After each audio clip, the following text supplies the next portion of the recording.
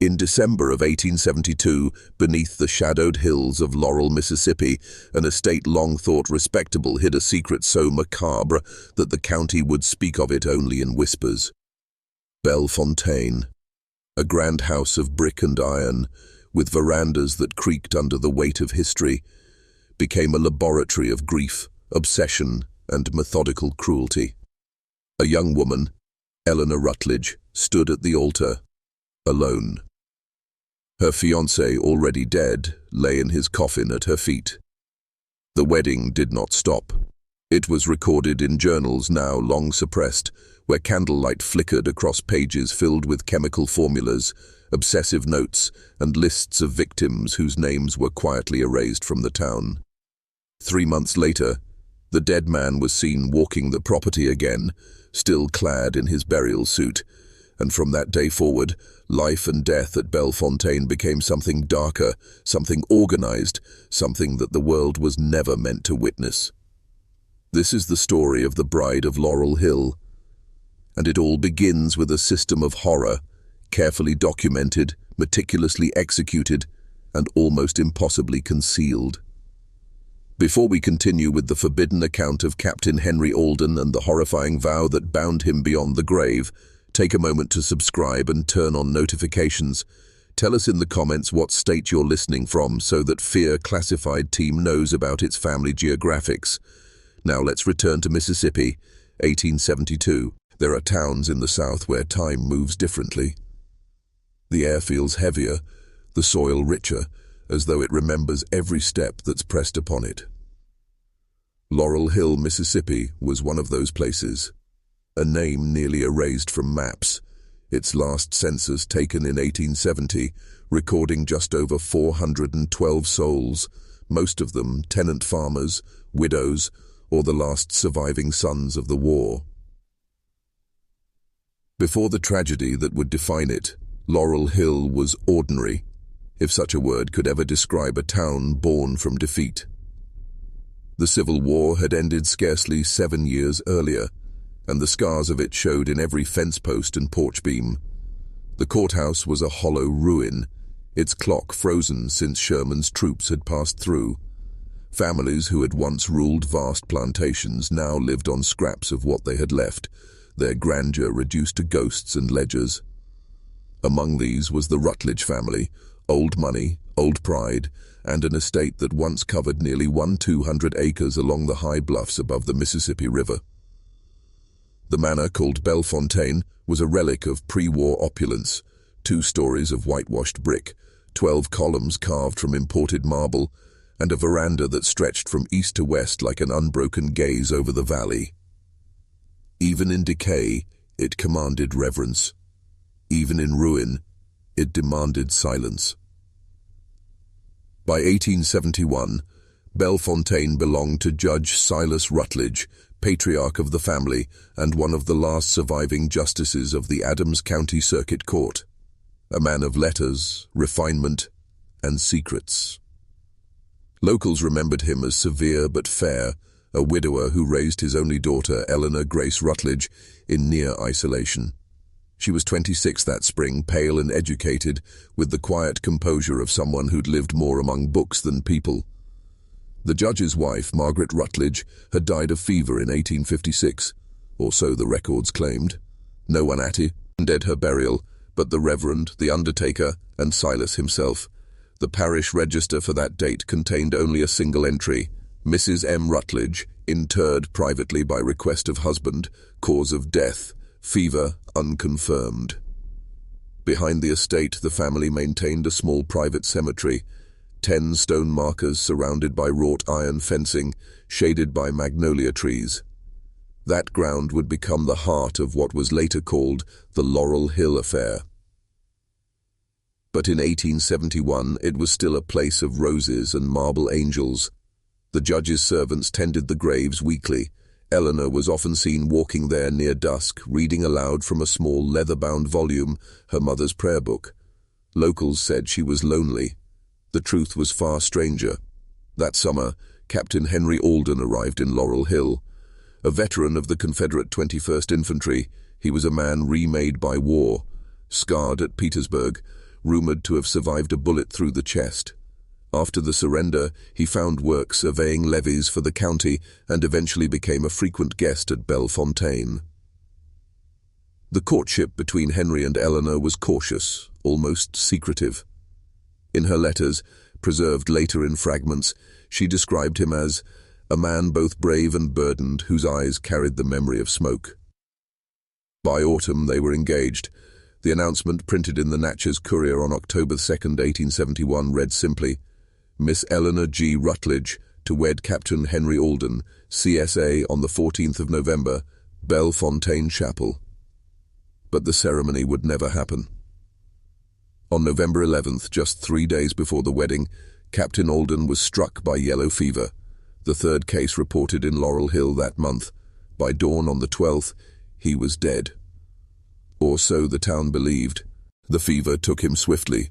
His body, prepared under Judge Rutledge's direction, was dressed in his dark grey uniform and laid within a walnut coffin lined with white satin. The Reverend read brief rites. The burial was held privately, attended by fewer than a dozen. The judge insisted it was for health reasons. Eleanor did not cry.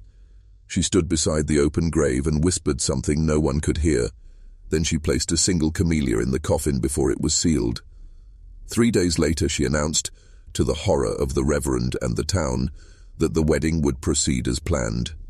At first, people assumed grief had unhinged her. But when the carriages arrived and the chapel doors opened, witnesses swore they saw a figure dressed in uniform seated beside her at the altar, unmoving, pale, but present. A community of silence. Stories spread quickly, but so did fear. The Rutledges were powerful. Even in post-war poverty, the judge's influence reached deep. The Reverend who performed the ceremony, Father Abraham Dole, left the county within a month. His replacement refused to speak of his predecessor again. The few servants who attended that day, Esther Green, the housemaid, and Peter Hollis, the stable hand, gave conflicting accounts. Esther claimed she saw the captain seated upright, with eyes open though no breath passed his lips. Peter, questioned years later, would only say, "There was movement in the coffin when we brought it back inside." Within weeks, Belle Fontaine closed its gates. By Christmas of 1872, the family had withdrawn completely from public view. The judge's decline. To understand the horror that followed, one must understand the man who ruled that house. Silas Rutledge had once been admired across 3 counties. Educated at the University of Virginia, he served as circuit judge for 20 years before the war. But those who knew him best described a man driven by obsession, not merely with law but with order, with the idea that human emotion could be contained, controlled, and recorded like a legal proceeding. His journals, recovered from the estate decades later, are methodical to the point of madness. In one entry, dated March 6, 1870, he wrote, "Grief is a contagion. It can be quarantined, observed, and eventually neutralized. My daughter must not be ruled by it." He saw death not as an end, but as an interruption, a failure of the living to maintain continuity. When Henry Alden died, the judge saw not tragedy, but opportunity. That winter, he ordered new medical equipment from New Orleans, a galvanic battery, surgical implements, and several sealed crates labeled anatomical specimens. The invoices, still preserved in county records, were charged to Belle Fontaine Laboratories, a fictitious entity he'd registered under his own name. The official reason: private medical study in post-mortem decay. But the servants told another story. They spoke of strange lights flickering from the chapel late at night, of a metallic odor seeping from beneath the doors, and of Eleanor's voice, reciting vows again and again, as though practicing for a ceremony that never ended. The town's unease. In small towns, silence is rarely innocent. Laurel Hill's residents learned to avert their eyes. Those who asked questions, a midwife, a visiting trader, a young preacher from Natchez, either left or fell ill soon after. Rumors took on the shape of memory. Some said the judge had found a way to preserve the dead. Others swore they saw Henry Alden walking the grounds, not as a ghost, but as something more terrible, a body animated by will alone. The Natchez Courier, in a short column dated January the 9th, 1872, mentioned the family only once more. The Rutledge estate remains closed to visitors due to illness. The judge requests privacy during this difficult time. After that, the record goes silent. It was in the spring of 1872 that the first witness emerged, though no one recognized him as such at the time. His name was Samuel Thayer, 16 years old and apprenticed to the town scribe, a modest office that handled deeds, wills, and parish registries. He had grown up on the edge of Laurel Hill in a clapboard house 3 miles from Belle Fontaine, and spent his days learning to read the sprawling legal hand of the county clerk, to interpret the subtle signals in signatures and seals. Samuel was quiet, attentive, and unremarkable in the eyes of most. Yet, in the weeks following Captain Alden's funeral, he would come to see what no adult dared acknowledge. Samuel's first inkling came one afternoon while delivering letters to the Rutledge estate. He had been instructed to leave a bundle of correspondences with Eleanor herself, but the door was ajar. The house smelled of dust, of decaying wood, and faintly of chemicals. Driven by curiosity, he stepped into the hallway, each floorboard groaning underfoot.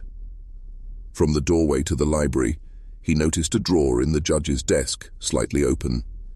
Inside was a small leather-bound journal, its cover scuffed and damp. He recognized the handwriting immediately.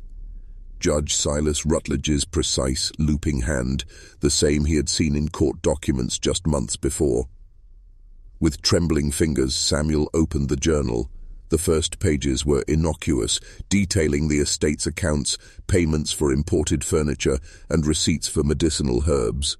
But soon, entries turned strange, almost obsessive. There were lists of names, dates, and strange annotations. EGR, present at ceremony, observe pulse. Captain HA uniform, no breath detectable, motion persists. Further along, he discovered detailed diagrams, the layout of the chapel, positions of the pews, and the coffin itself, annotated with the word orientation mat. As for observation, Samuel could scarcely believe what he saw. The judge, the patriarch of their town, had meticulously recorded his daughter's interactions with a corpse. Afraid to be seen, Samuel tucked the journal under his coat and fled the manor, slipping through the back gate and into the scrubby woods behind the estate. For days he pored over the pages in secret, learning more than any 16-year-old should. He discovered records of experiments, not merely on the dead, but on the living. Recipes for subtle poisons, notes on galvanic currents applied to cadavers, and instructions for immobilizing a body while maintaining the appearance of life. There were breeding charts documenting the household servants, noting their ages, health, and reproductive status, with cryptic instructions: ensure continuity, observe progeny. Samuel attempted to alert the town.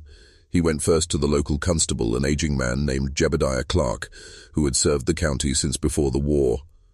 Clark glanced at the journal with suspicion and irritation.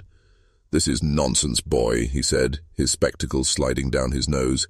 "You've been reading too many ghost stories. The Rutledges are fine people. Go home." When Samuel persisted, he found his warnings dismissed everywhere. The postmaster shook his head. The parish minister crossed himself and muttered prayers, and the local physician, Dr. Elwood Grimes, looked at him as though he were mentally unstable. Days after his attempts at disclosure, Samuel began to feel ill. At first it was minor: fatigue, mild headaches, and a persistent nausea he could not shake. Within a week, however, the symptoms became more pronounced. His limbs grew weak, his vision occasionally blurred, and at night he felt a creeping paralysis in his fingers, as though invisible hands pressed them into unnatural positions. He confided in his mother, who sent for Dr. Grimes. The physician examined Samuel with lantern light, feeling his pulse, listening to his chest, inspecting his tongue. After several hours, he pronounced the boy to be suffering from a febrile malady, likely the result of springtime miasma or overexertion. He prescribed rest, ginger tea, and a regimen of iron tonics. But the tonics did little. Samuel's condition worsened. He began to experience sharp, intermittent pains in his abdomen and chest, his extremities tingling and growing numb. Occasionally, he would awaken in the middle of the night, sweating and unable to breathe freely, feeling as though some invisible weight pressed him into the bed. By mid-April, he was often confined to his room, unable to attend school or work. He made frequent notations in the Rutledge journal, detailing his symptoms and the dates on which they appeared. He did not yet understand the cause, that the very house, the very people he had feared, had begun to turn on him. Samuel persisted. Despite weakness, he returned to Belle Fontaine in secret, trying to uncover more evidence. He examined the cellar. Though the door was bricked over, small gaps allowed him glimpses of the subterranean chamber. From what he could see, there were racks and tables, jars containing discolored liquids, and what appeared to be the remnants of copper wiring, the tools of galvanic experiments. He made sketches in the margins of the journal, arrangements of furniture, pathways through the estate, and even the positions of the coffins in the family's private cemetery. Every page he added to the journal strengthened his resolve that the town must know. Yet each attempt to share what he had learned was met with increasing hostility or suspicion. Servants warned him not to return to the estate alone. Neighbors avoided his eyes. Even his closest friends whispered about his obsession with the Rutledges. By his illness had progressed to a point where he could barely stand without assistance. His speech became slurred at times, his hand unsteady when writing. What little energy he had was consumed by a growing dread that the house was watching him, that the very walls of Belle Fontaine conspired to ensure the secrets remained buried. Then came the incident that would seal his fate. Samuel, despite his frailty, returned one evening to retrieve the journal he had hidden beneath a hollow in the forest. He approached the back entrance quietly. The air was thick with the scent of decay and damp earth, and a faint metallic tang lingered like copper or blood. Peering through a cracked window, he saw the judge sitting at his desk, pen in hand, the candlelight casting long shadows across his gaunt face. Eleanor was nearby, pacing slowly, her gaze fixed on a small bundle on the floor. The coffin of her fiancé, raised for study once again. Samuel's breath caught. He could see the edge of Henry Alden's uniform, the dark grey fabric stiff with age. The captain's hand, pale and rigid, protruded slightly over the edge of the coffin. Before he could react, the floorboard beneath his foot creaked. A voice called from within the house, calm, deliberate, and terrifyingly familiar. "Come in, Samuel. I've been expecting you." Frozen, he obeyed. The door opened wider, and he was ushered inside by Peter Hollis, the remaining servant, who gave him a faint, apologetic look. Once inside, the judge and his daughter confronted him. Judge Rutledge's tone was chillingly polite. "You see what others cannot. That is both a gift and a danger. You have glimpsed truths meant only for family." Eleanor's voice, low and melodic, cut through the tension. "You must understand, Samuel. Some promises bind beyond life. Some love cannot be undone." Samuel's protests were weak, halting. He could not bring himself to scream. What he felt instead was a creeping paralysis, beginning in his legs and spreading upward, subtle at first, then consuming. It was the first casualty in a pattern that would unfold over years. Samuel's death, though unremarkable to the broader community, marked the point at which the judge's private experiments moved beyond theory into execution. It was here, in the isolation of Belle Fontaine and the secrecy enforced by fear, that the system of cruelty, meticulous, patient, and methodical, began to assert itself. And it began with a single witness, a single journal, and the determination of a girl who refused to let death separate her from the man she loved, and a father who refused to allow the world to question them. The ledger Samuel had studied would not vanish entirely. Portions were hidden, smuggled away by servants who feared both the Rutledges and what they themselves had seen. Over the coming months, those fragments would reach select hands. A local journalist, a visiting physician, even distant relatives, each struck by the same horror, that beneath the veneer of Belle Fontaine, beneath the etiquette, the mourning, the genteel rituals of the southern elite, there existed a system of observation, manipulation, and death. But by then, it was too late for Samuel Thayer. His testimony contained only in his fevered annotations, and the fragments of his memory whispered to servants would be lost to official record, and the captain, dead yet present, would remain at the center of it all, an immovable anchor around which a story of horror, secrecy, and obsession would continue to unfold. Samuel's discovery, his illness, and his untimely death were only the beginning. From that point onward, the machinery of the Rutledge estate, its experiments, its concealments, and its hidden horrors would accelerate. Names, faces, and lives would accumulate within its shadow. The town would murmur, whisper, and avert its gaze, while the ledger of death grew page by page, witness by witness, slowly revealing the full extent of a darkness no one could stop. By the summer of 1872, the machinery of Belle Fontaine had moved from secrecy into method. The death of Samuel Thayer was scarcely remarked upon beyond whispered concern for a sickly boy, yet it served a purpose the Rutledges understood all too well. Fear and isolation reinforced control. The house, the estate, and its grounds operated as a microcosm of power, with Judge Silas Rutledge and Eleanor at the helm, dictating behavior, movement, and even mortality. What had begun as grief and devotion transformed into deliberate, structured cruelty, executed with precision that would astound historians decades later. The first phase of this system was subtle. The remaining servants were carefully catalogued, their routines observed, their interactions recorded. Peter Hollis, once merely a caretaker, became an unwitting accomplice. His loyalty to the family was unquestioned, yet he carried the silent burden of witnessing acts no one else would report. He maintained journals of his own, pages detailing meals, chores, and the increasingly irregular schedule of Eleanor's rituals. These were carefully hidden in the attic, tucked beneath floorboards, and would survive long enough to confirm the patterns that outsiders could not see. Eleanor herself assumed a more active role in the system. Her grief had hardened into obsession. She moved among the estate with deliberate care, ensuring that the captain's coffin was always positioned correctly, always aligned with the moonlight or the candle's flicker as the ledger instructed.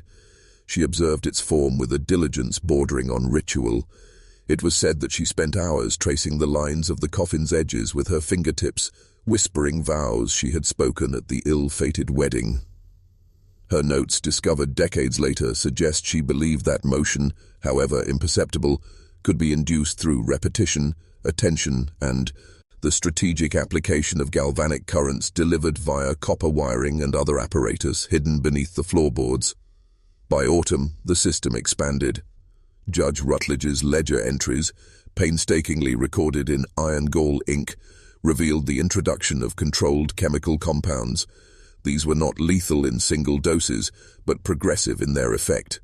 Servants and tenants were subtly poisoned with compounds derived from belladonna, nightshade, and other botanical toxins. Symptoms appeared gradually: fatigue, confusion, intermittent paralysis, and tremors. Those affected were dismissed as falling ill with ordinary maladies: typhoid, fever, exhaustion, even as the judge noted their names, dosages, and reactions in a detached clinical hand. Victims were not limited to adults. The Rutledges had a particular interest in the continuity of lineage. Families in service were monitored for reproductive potential. Fertility, menstruation, and childbirth were recorded with exact dates, and when possible, subjects were manipulated into intimate arrangements under strict supervision. Records show that in at least 3 cases, children were separated from mothers under the guise of fostering. Yet these separations were always dictated by the judge's desire to maintain optimal observation conditions. Peter Hollis would later hint in a private affidavit that the young girls and boys were treated as specimens rather than humans, though he would never elaborate publicly. In 1873, the system escalated.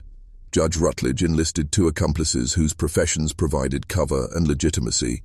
The first was Dr. Edmund Whitfield, a physician with a reputation for experimental medicine. Dr. Whitfield provided medical oversight, supplying chemicals and assisting in galvanic procedures. He maintained correspondence with the judge in the form of medical reports describing pubertas, patient conditions in formal Latin terminology, while never questioning the origin of the subjects. His journals, hidden for decades, detail procedures in methodical clinical terms: paralysis induction, minor incisions to observe nerve response, and monitoring of vital signs in controlled environments. The second was Lawrence Pritchard, an attorney from Natchez, who handled estate affairs and legal paperwork. Pritchard ensured that transactions and property transfers were executed smoothly, leaving no trace of irregularities. His letters indicate awareness of unusual events, yet he consistently advised discretion, citing concern for the family's reputation and suggesting that any interference could provoke scandal. Together, the judge, Eleanor, Whitfield, and Pritchard formed a network capable of coordinating control, concealment, and coercion across Belle Fontaine and the surrounding lands. The methods employed were as horrifying in their precision as they were in their scope. Daily observation became a form of punishment and instruction. Servants were forced to move in strict patterns, guided by routines derived from architectural design. The placement of doors, windows, and halls allowed the judge to monitor activity from multiple vantage points. Poisons were administered through meals and drink, quantities calculated meticulously so as to avoid immediate death while producing progressive deterioration.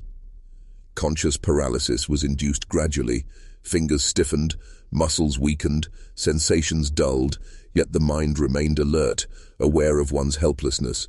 Even the dead were not exempt. Captain Alden's body was maintained as both object and subject. The judge's experiments tested the boundaries of life and post-mortem animation. Wires affixed with care could induce slight motion in extremities, creating the illusion of life. Eleanor's behavior reinforced this deception. She treated him as though he responded, speaking to him, adjusting his posture and observing the effects. Servants were compelled to participate under threat of illness or removal from the estate, thus reinforcing the system's continuity.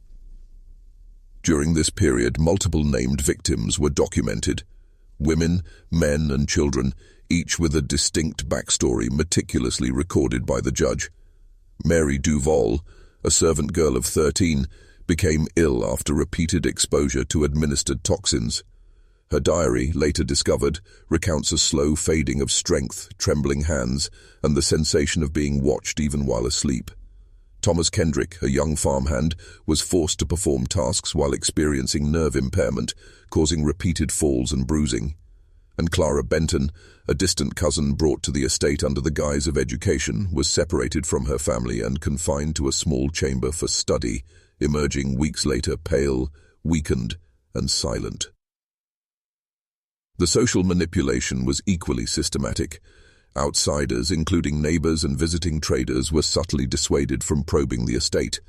The judge's authority, combined with Eleanor's social grace, produced a veneer of respectability. Even those who suspected irregularities were silenced through fear, bribery, or intimidation. The local newspaper, while occasionally noting illness in the town, never connected it to Belle Fontaine, constrained by the Rutledge's influence and Pritchard's legal threats. Escalating suspicion eventually drew an outsider, Jonathan Markham, a journalist from Natchez with a reputation for investigating post-war anomalies. Markham visited Laurel Hill in the autumn of 1873, attempting to uncover the source of recurring deaths and the rumors of unnatural occurrences.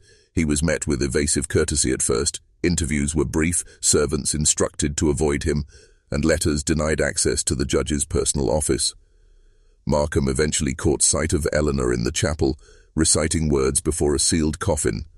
The sight was fleeting, but it confirmed the rumors that had reached him. Markham's investigations were systematically blocked. Letters to local authorities elicited vague assurances. The sheriff claimed the estate was private property and beyond his jurisdiction. Attempts to photograph or document events failed. Cameras were claimed broken, film lost, or negatives mysteriously damaged. Even his notebooks, when left unattended, were tampered with. By the end of his visit, Markham left Laurel Hill, confounded and deeply unsettled, noting in his journal, "Whatever occurs within that estate is governed not by law, but by will, meticulous, unyielding, and fatal." Within the estate itself, the system continued without interruption. The judge's records grew increasingly methodical, documenting the effects of each experiment, the responses of each subject, and the precise outcomes of chemical, electrical, and psychological manipulations. Observations were cross-referenced, tables recorded the decline of strength, the appearance of pallor, and the timing of convulsive responses. The victim's daily routines, meals, and sleep were logged with military-like precision. Community silence reinforced the system's endurance. Neighbors whispered, but never approached the estate. Traders and travelers passing through Natchez carried tales of the Rutledge's peculiarity but avoided direct inquiry. Fear of social disgrace combined with the family's residual influence from pre-war wealth ensured that the methods of Belle Fontaine remained unchecked. Patterned deaths continued, each carefully noted in the ledger, each maintaining the rhythm of the household's perverse order. By 1874, it became evident to any observer who had access to the fragments of testimony that the Rutledge estate operated as a self-contained microcosm of control, observation, and mortality.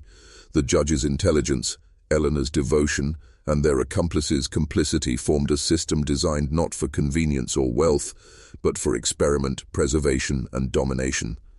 The lines between life and death, freedom and confinement, were deliberately blurred, producing a climate in which horror could unfold unchallenged. The systemic cruelty of Belle Fontaine extended beyond the household into the surrounding region. Families who provided labor were manipulated through fear, dependence, and economic necessity. Food supplies, access to water, and employment were contingent on compliance with the estate's routines. Minor illnesses were induced to enforce obedience, while serious medical conditions were attributed to miasma, fatigue, or other natural causes. Children were isolated, their development controlled to suit the judge's observations, and their movements recorded in detail. In this way, the horrors within Belle Fontaine radiated outward, touching every life that came under the shadow of the estate. And yet, for all its precision, the system was fragile, dependent on secrecy, the complicity of a few individuals, and the suppression of outside scrutiny. Small cracks appeared, murmurs in town, suspicious deaths, servants leaving without explanation. The first seeds of reckoning were sown here, though the Rutledges, confident in the higher intelligence and social power, dismissed the possibility. They could not foresee that the very patterns that made their system effective would one day serve as the evidence of their undoing. By the winter of 1874, the fragile equilibrium of Belle Fontaine began to crumble. The Civil War, though nearly a decade past, had left the South in a state of quiet upheaval. Confederate bonds were worthless, the river trade disrupted, and many plantations had been abandoned or sold to speculators from New Orleans and Memphis. Laurel Hill, while spared the direct devastation of battle, was nevertheless caught in the ripples of economic collapse. Families who once prided themselves on inherited wealth now faced dwindling resources. Belle Fontaine, though maintained with meticulous care, was no exception. The judge's reserves were diminishing. The estate could no longer sustain the lavish infrastructure that had enabled his experiments. It was during this period of vulnerability that the first serious challenge to the Rutledge system emerged. A traveling physician, Dr. Malcolm Fenwick, arrived in Laurel Hill under the pretense of treating a series of febrile illnesses among local children. Fenwick was educated in Philadelphia and had previously studied cases of post-mortem galvanism in medical journals. Unlike Dr. Whitfield, he possessed neither loyalty to the Rutledges nor interest in concealment. He quickly noted irregularities: children exhibiting neurological symptoms consistent with chemical exposure, servants reporting involuntary spasms, and adults with progressive paralysis that bore no resemblance to typhoid or malaria. Fenwick attempted to confront the judge, visiting Belle Fontaine under polite pretext. Judge Rutledge, ever calm and formal, entertained the doctor with superficial courtesy, yet remained impenetrable. "You misunderstand," the judge said, his voice level and unwavering. Our work here is entirely academic. Observations must be recorded. No harm is intended. Eleanor, present at these meetings, spoke softly but with a firmness that disarmed a argument. Some truths are not meant for the eyes of strangers, she added. Fenwick, unconvinced, withdrew, documenting what he observed in letters to colleagues in Natchez and Jackson. Meanwhile, the subtle decay of the system became apparent within the estate itself. Peter Hollis, the servant who had maintained the ledger and assisted in daily observations, grew fearful. He began to leave notes for himself, hidden beneath floorboards, detailing schedules, the effects of chemicals, and the positions of coffins. In March of 1875 he vanished entirely, leaving only a single journal entry. "I cannot remain. They watch everything. I fear the next step will be beyond control." The disappearance did not go unnoticed by the Rutledges, but it did little to slow the inexorable rhythm of their experiments. Then, the incident that would become the first known reckoning occurred. On a cold night in February, Eleanor descended into the east cellar to tend to the captain's coffin. The galvanic apparatus, recently enhanced by Dr. Whitfield, malfunctioned. Sparks leapt from corroded wires, igniting a small fire among the wooden tables and jars. The commotion alerted neighbors, though few dared approach. By the time the fire was extinguished, the cellar was scorched, chemicals destroyed, and the apparatus rendered useless. It was a minor setback in terms of the judge's long-term plans, but significant in its exposure of vulnerability. Local whispers grew. Children who had been sent to Belle Fontaine for education began to speak of confinement and pain. Neighbors noted the ever-present odor of chemicals and decayed wood emanating from the estate. Traders traveling along the Mississippi River reported seeing figures moving unnaturally at night, a man in gray, a woman in black, shadows that appeared to float rather than walk. Yet the full extent of horror remained hidden, the power of the Rutledges' influence still strong enough to keep law enforcement and local authorities at bay. In the spring of 1875, a minor uprising occurred. A group of freedmen working nearby the estate, aware of irregularities, attempted to confront the judge directly, demanding answers about missing children and unexplained deaths.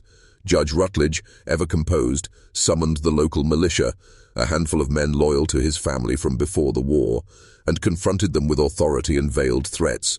The confrontation ended without violence, but the message was clear. The Rutledges were untouchable. The system of cruelty continued. The true collapse, however, was precipitated by circumstances beyond human control. In late 1875, the Mississippi River, swollen by early rains, breached its levees in a sudden flood. Belle Fontaine, perched atop the bluffs, survived largely intact, but the surrounding lands were inundated. Crops were ruined, roads washed away, and the local economy destabilized. Judge Rutledge, recognizing the fragility of his estate, began to panic. His meticulous records show a marked change in tone. Instructions become hurried, entries more erratic, and the usual precision replaced by scrawled notes warning Eleanor to maintain the captain and servants at all costs. It was in this climate of desperation that the final reckoning unfolded. On the night of December 3rd, 1875, neighbors reported hearing screams emanating from the estate. Lanterns flickered in the windows and shadows moved erratically across the veranda.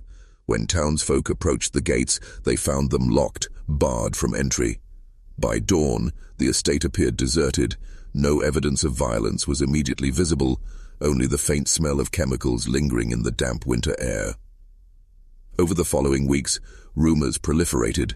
Some claimed the judge had died in the cellar, electrocuted by his own apparatus. Others believed Eleanor had perished alongside the captain, entombed in some secret chamber. A small group of persistent observers discovered a hidden well at the rear of the estate, bricked over and partially filled with debris. Inside, fragments of human bone were found, some identifiable as Peter Hollis, some unidentifiable. The captain's coffin, when finally examined, was empty. Official investigation was obstructed at every turn. Lawrence Pritchard, the attorney, had removed or destroyed most legal evidence. Correspondence with Natchez and Jackson was confiscated or lost.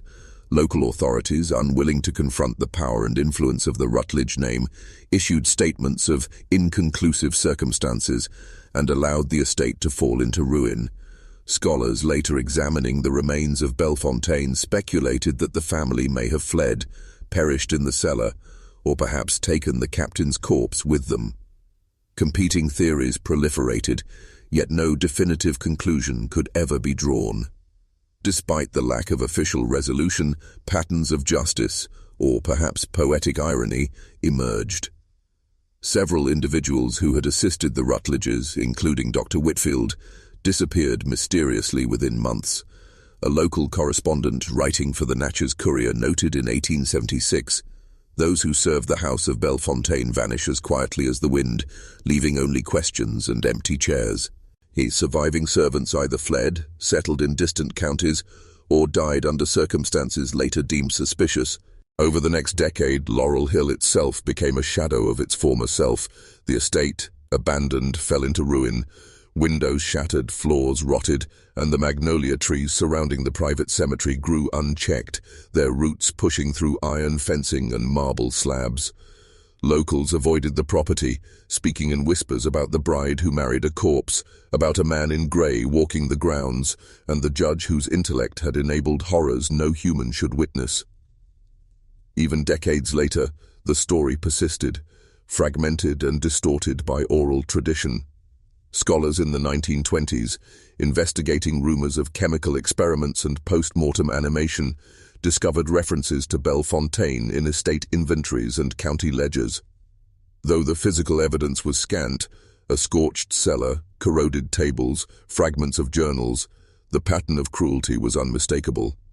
Eyewitness accounts corroborated the legends: children confined, servants paralyzed, and the captain's presence, real or spectral, still haunting the ruins.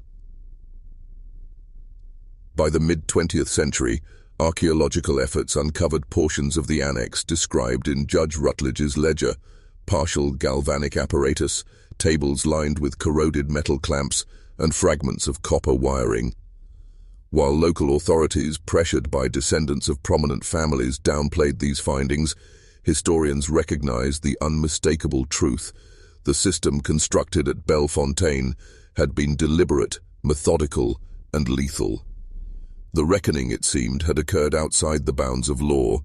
Nature, chance, and human error conspired to dismantle the Rutledge enterprise. The judge and his daughter vanished. Their accomplices disappeared or died mysteriously. Survivors, scattered and traumatized, carried fragments of knowledge that could not coalesce into proof until decades later. And the captain, absent from his coffin, remained the central figure in the estate's enduring horror. Belle Fontaine itself, abandoned and overgrown, became a monument to a system both ingenious and monstrous. Scholars who visited in the 1920s and 1930s noted that the floors still bore faint impressions of apparatus, the cellar walls retained traces of chemical erosion, and the private cemetery, though neglected, contained coffins scratched from within, evidence of premature burial and the living struggling against confinement. Some fragments of journals, letters, and testimonies survived, enough to reconstruct patterns of abuse, observation, and experiment, yet never enough to tell the complete story. In the end, the Rutledges' ambition, their obsession with preserving life, controlling death, and enforcing order, became their undoing. The estate was reclaimed by nature, the river and forest consuming its margins. Laurel Hill, silent and diminished, became a cautionary tale, a place where human ingenuity, intelligence, and obsession combined to produce horrors that legal authority could not touch. Some believed Eleanor escaped with the captain, taking him beyond the reach of mortal law. Others held that both perished in the ruins, their bodies concealed by careful design and the landscape's concealment. The truth, like much else about Belle Fontaine, remained obscured. Only fragments could be verified. The ledger entries, the journal fragments, the testimony of Peter Hollis, and the empty coffins. And yet, the legacy of the system endured. The estate's patterns of cruelty, meticulously planned and executed over years, provided a template for horror, one that would not be fully understood for decades.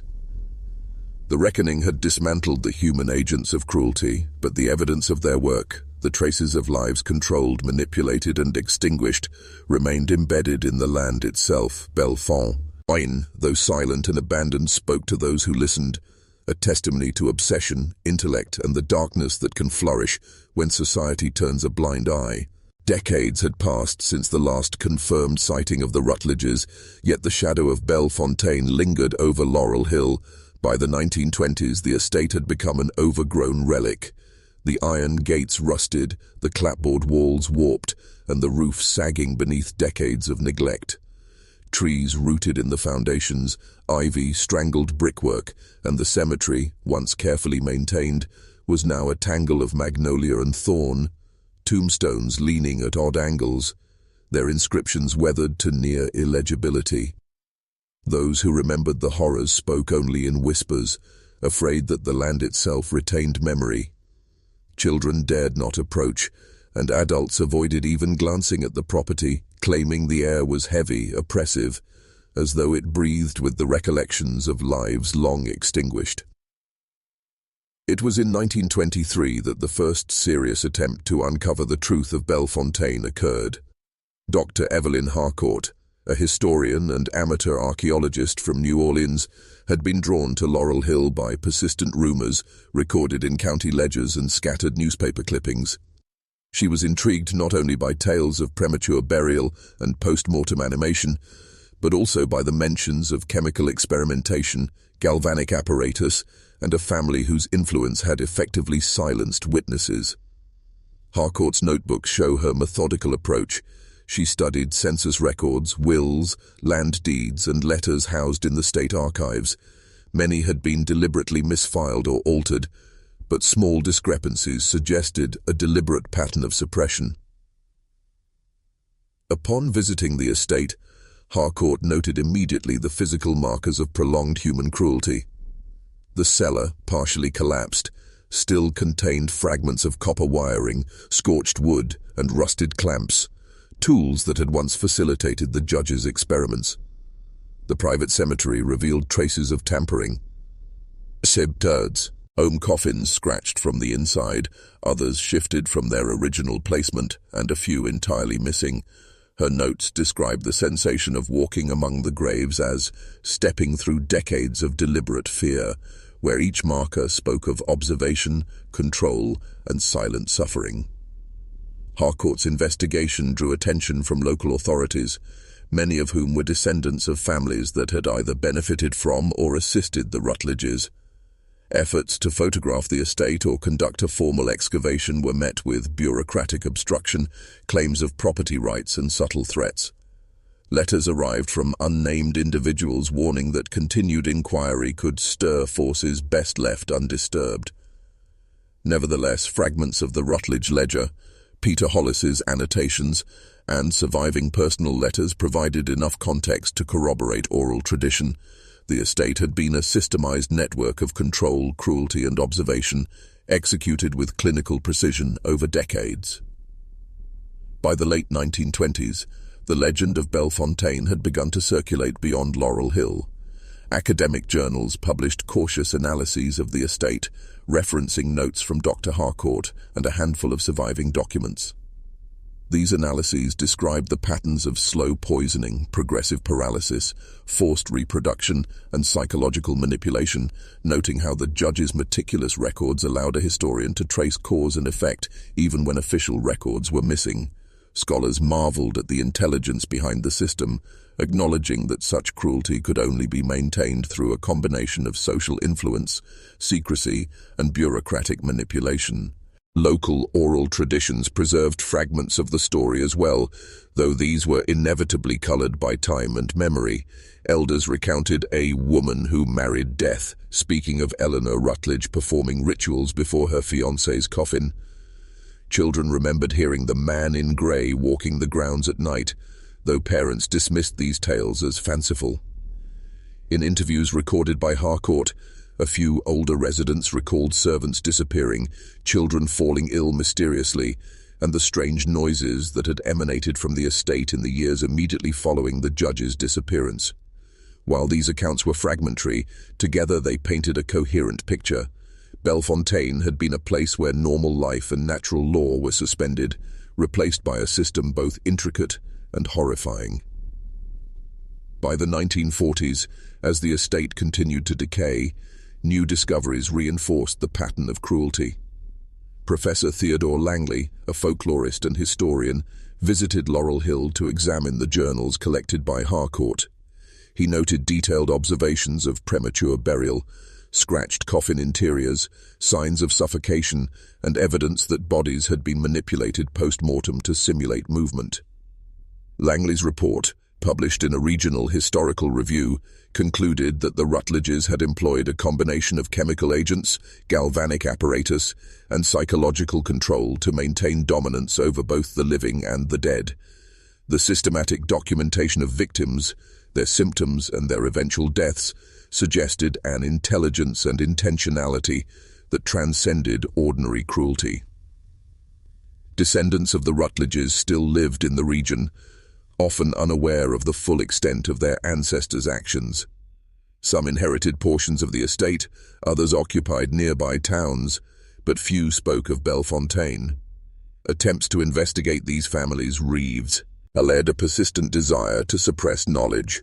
Letters and personal communications suggest that remnants of the ledger, journals, and correspondence had been deliberately hidden, relocated, or destroyed to protect family reputation. Yet, paradoxically, the estate itself resisted erasure. The physical evidence, the cellar, the cemetery, the remnants of the coffin, and traces of galvanic wiring persisted as an indelible record of human malice and obsession. Into the mid-20th century, academic efforts intensified. Scholars from Louisiana State University and Tulane University attempted partial excavations of the estate. They uncovered fragments of journals, scattered bones, and tools used for chemical administration. Notably, some coffins were found exhumed and repositioned in unnatural orientations, confirming oral histories of premature burial and post-mortem manipulation. Even as these discoveries were made, local authorities and descendants exerted pressure to limit public dissemination.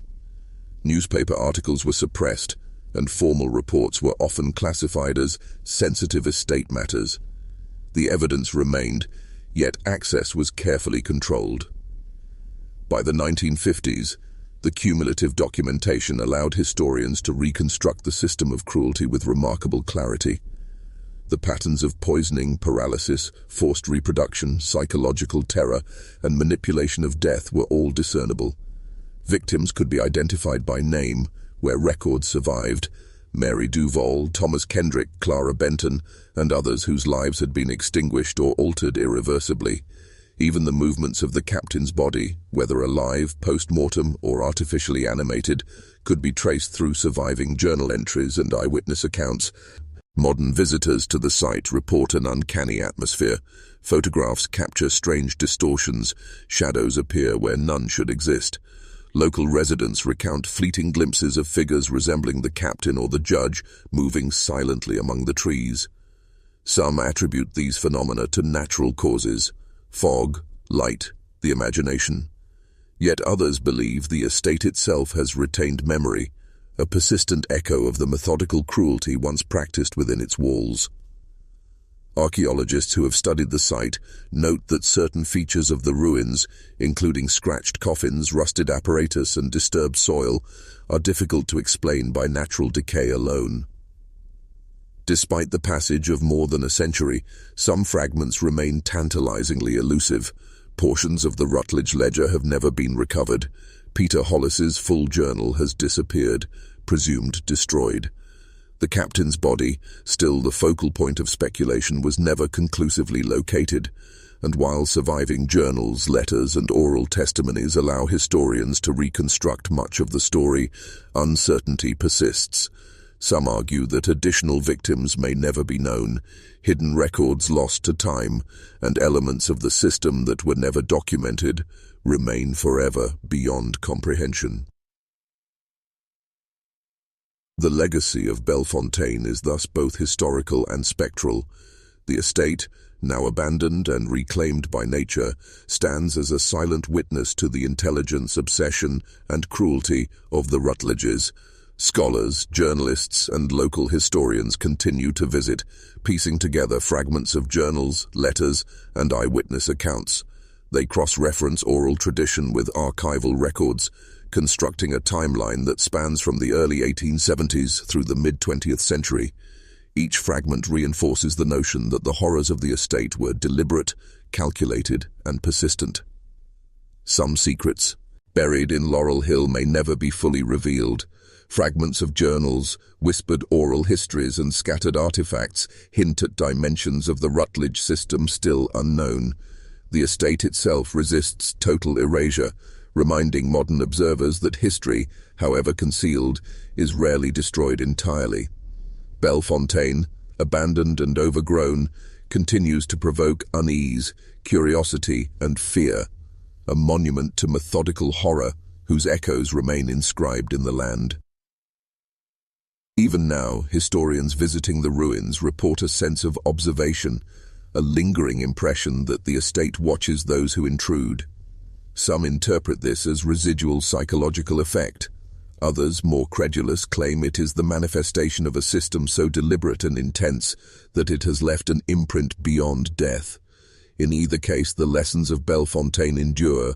Intelligence and obsession, when combined with secrecy and social influence, can produce consequences that persist for generations. Thus ends the story as it is known. Belle Fontaine remains a testament to the interplay of grief, obsession, and methodical cruelty. The judge and his daughter are gone, their accomplices vanished or dead, but the landscape, the remaining journals, and the fragments of oral tradition preserve the memory of what occurred. Every rusted hinge, every scratched coffin, every fragment of copper wiring speaks to a narrative of horror, precision, and human obsession, a narrative that continues to fascinate, horrify, and haunt those who seek its truths.